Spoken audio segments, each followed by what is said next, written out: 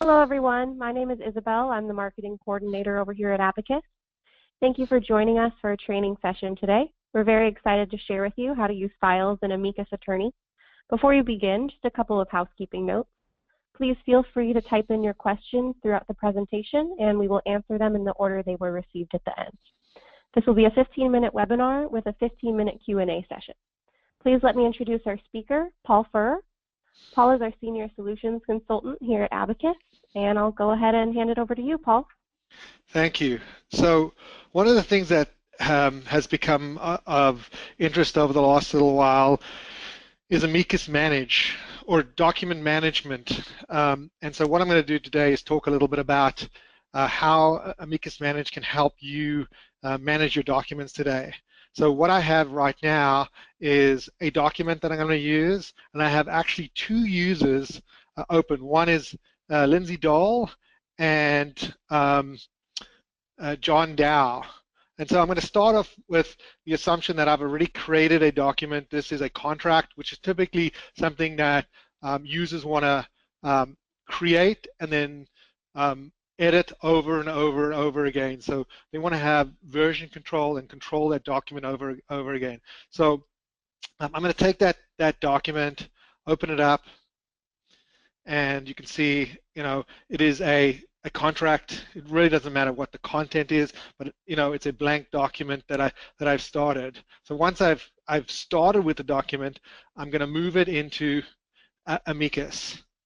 And so once I've moved it into Amicus, the key thing that I want you to understand is that I have the ability to do what's called check in and check out the document. I can right mouse click and check the document out, but the key point is that I have the ability to do version control. So right now, John has checked the document in and has the ability to view the document and check the document out. So when I switch over to Lindsay now can view that document and can also check that document out. So when Lindsay checks that document out, it's going to check the document out to her default location. So when it checks it out to her default location, it's going to check the document out. You'll see it'll check it out to her desktop. It's going to open the document up. I can then edit that document, and I'm going to do some fancy editing here by highlighting some colors, changing some text. So in a real scenario, I would actually maybe change some verbiage, but just so you can see that, I'm just going to quickly change some colors here, and then I'm going to check the document back in. And what you'll notice is when I've checked the document back in, it actually removes the document from the location that it originally was saved originally. So now you can see I've made some changes, and if I look at, if I open up the properties and I look at it, I now have two versions, the original version, and I don't even have to open it up, the edited version. One of the things I just want to highlight, if there are some people who are on older versions of Amicus, one of the things we've implemented is the ability for me to actually view this document in line. I've shrunk the screen down just so that you can see, the document. I could have opened the document just by clicking on there as well. So this is managing documents inside of Amicus. I'm in my office. I'm actually editing the document in line. One of the nice things about version control and managing the documents is I don't actually have to be in my office. So if I minimize this, what I can do as well is I can be outside of the office. So even if I'm using Amicus anywhere, so actually what I should do is step back and talk about the fact that I was in this, I might be this was a municipality that was doing a contract for the city. I'm actually using a real scenario here, and now I'm outside of the office.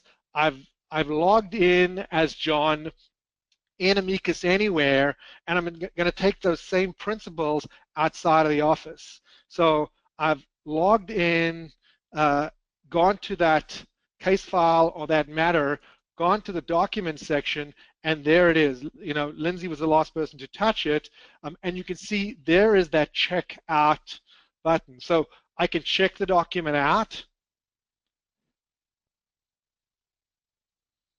It's going to ask me to save the document.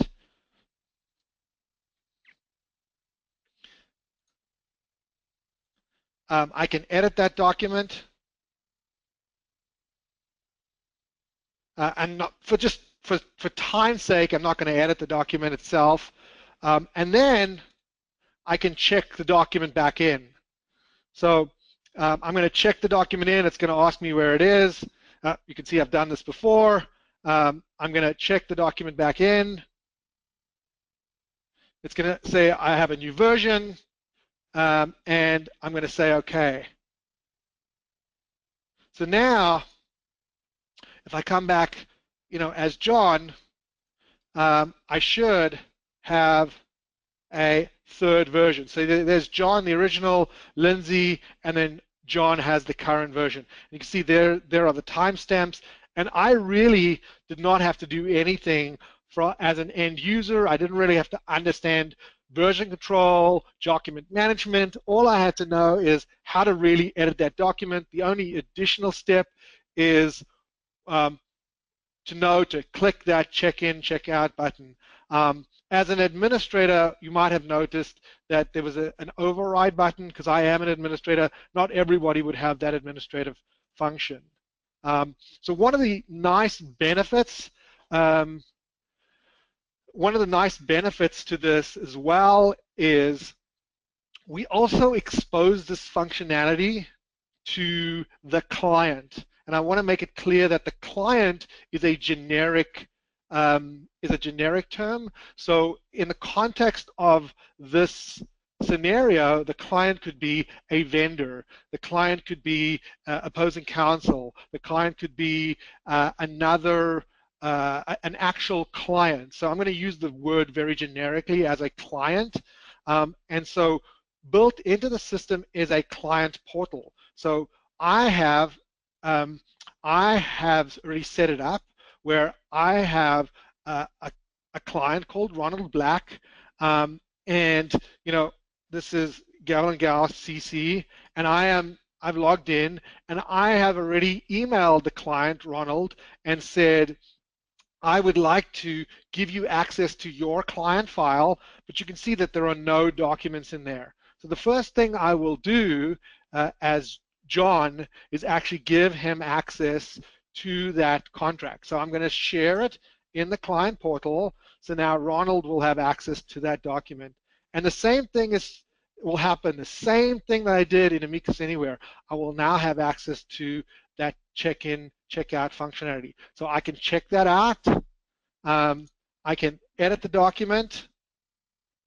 I can then change the document. I can then check the document, and I'm not, just for time's sake, I'm not going to edit the document. I think you get the point of that. I can check the document back in. I think it's in my download folder. It is. I'm just downloading it. I'm the same person, so I'm downloading it multiple times. I'm then going to check the document back in. One of the things that's nice about this is I can add a note to the document. Just on a side note, the whole concept here is that it's a holistic view or a single source of the truth from a client's perspective. When I talk to clients, one of the things, or prospective clients, one of the things they talk about is, I emailed this document to somebody, I emailed that document, and I never know what the right version is. The whole concept of this whole process, or process depending on where you are in the world, is that I am dealing with one single document, so that when I am looking at this client file, I am actually looking at the most recent version of that document. So you can see, John originally checked it in, Lindsay then edited it, then John came back and touched it, and then Ronald actually was the last person to touch it, and I can see an audit of what actually happened, when it happened, and how it, and I can always go back to one of those documents, and I have access to all of that information at any time. And the key points I want to make here is that both the client had access to that document, I had access to the document outside of the office very quickly, very easily, and both let me bring that up. Both Lindsay and myself had access to that document. Both, if I was editing it, Lindsay had read-only access to it, so to make sure that I didn't overwrite it, or Lindsay had access to it and I had read-only access to it, so that it overcame that problem of both of us editing the document at the same time, putting it back, and only the last person got to save our changes. Now, the problem is overcome by, I know when I open up this document, I know it's checked out because it will open up in read-only mode because somebody else potentially will have it. Or it will open up for me and I will be able to edit that document.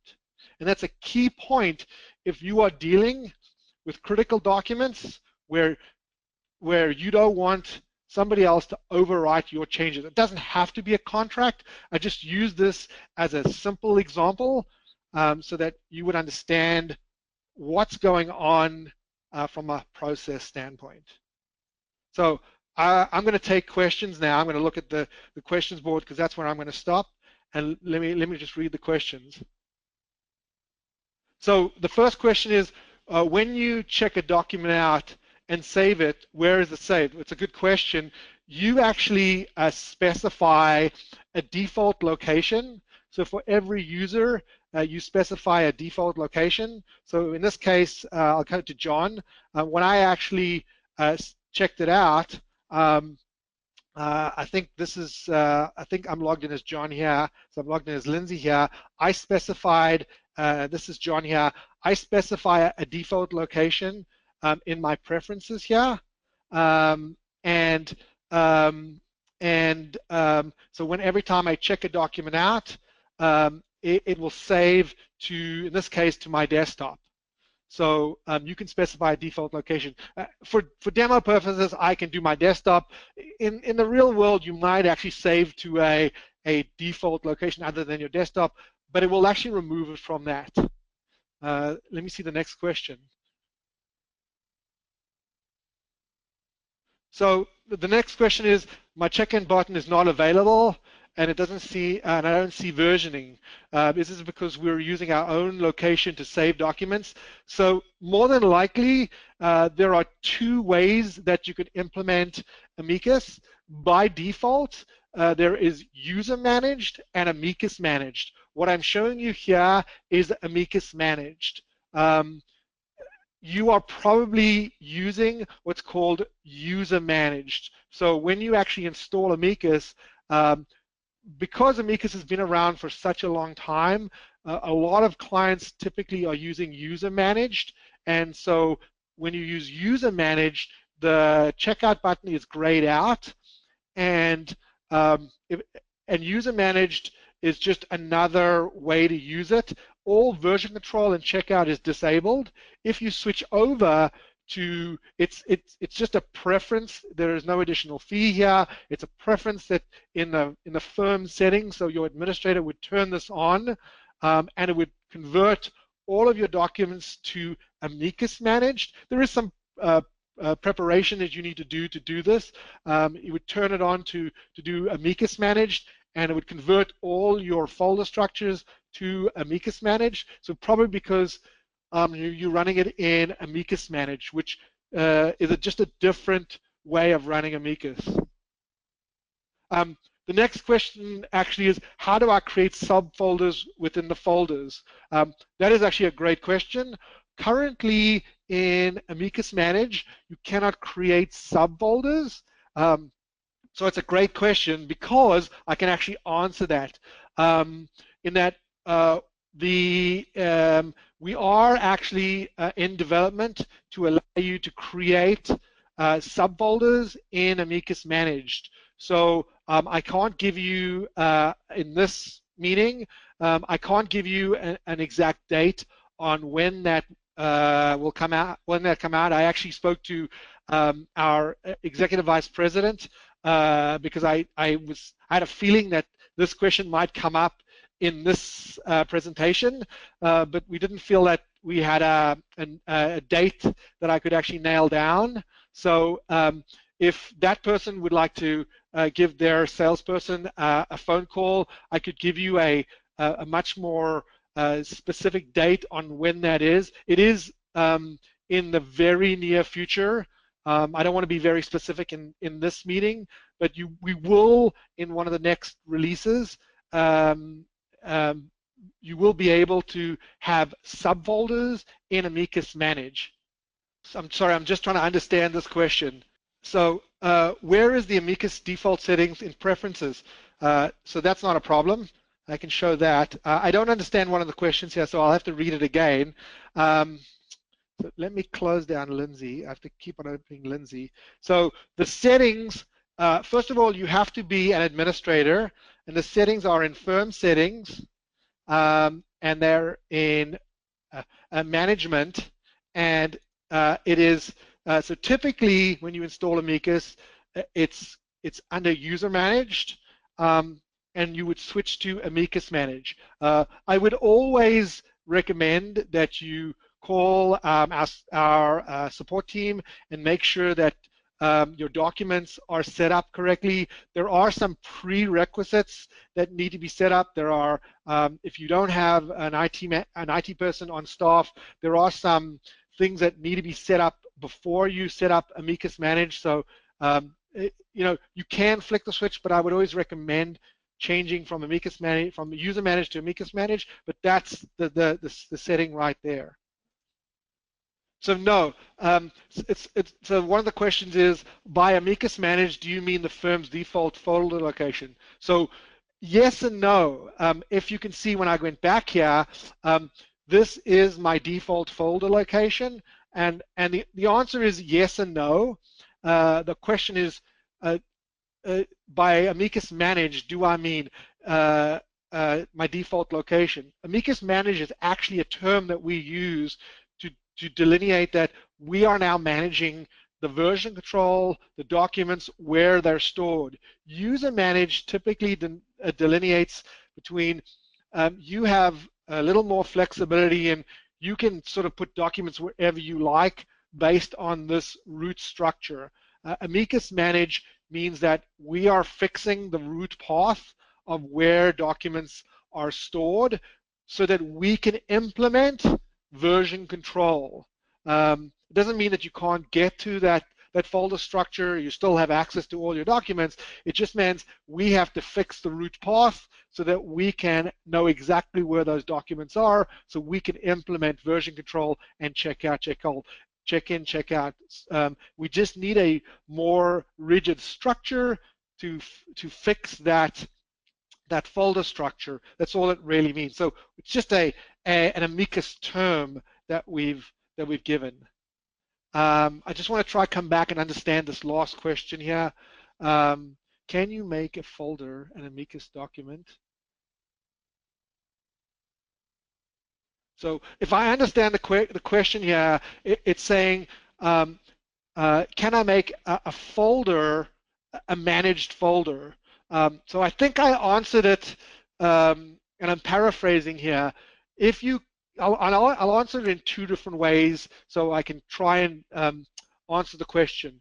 If you are currently in Amicus, in user managed, and you convert to Amicus managed, any subfolders that you have will be converted to Amicus managed, and they will become that you will lose your folder structure, and it will become what's called a flat structure. The short answer is you will still have access to all of your documents. The links will still be there, and you will still have access to all of your documents, regardless of the folder structure that you have, regardless of, I'll come back here, I'll come back to this. You can see if I come to documents here, I still have this purchase agreement here actually is a category. So if I come in here and I go to document groupings, this is actually a grouping. You will still have your Amicus groupings. They are still accessible. So your groupings will still be there. We remove the folder structures and we make it a flat structure. So that's the first thing. The second thing is what one of the other participants asked is we are adding subfolders in the very near future. I can't give a hard date to this because it actually is in the development cycle right now. So I just didn't want to give a hard date on when subfolders will be available in Amicus Manage. So hopefully that answers the question. So with that, I think we have all the questions answered. I'll wait another 30 seconds to see if there are any. Let me just see if there are any more questions. I'll wait another 30 seconds to see if there are any more questions, and then we'll close off the meeting. No, I think we're good. Okay, great. Well, thank you very much, everybody, and thank you for listening to me, and have a great weekend, everybody.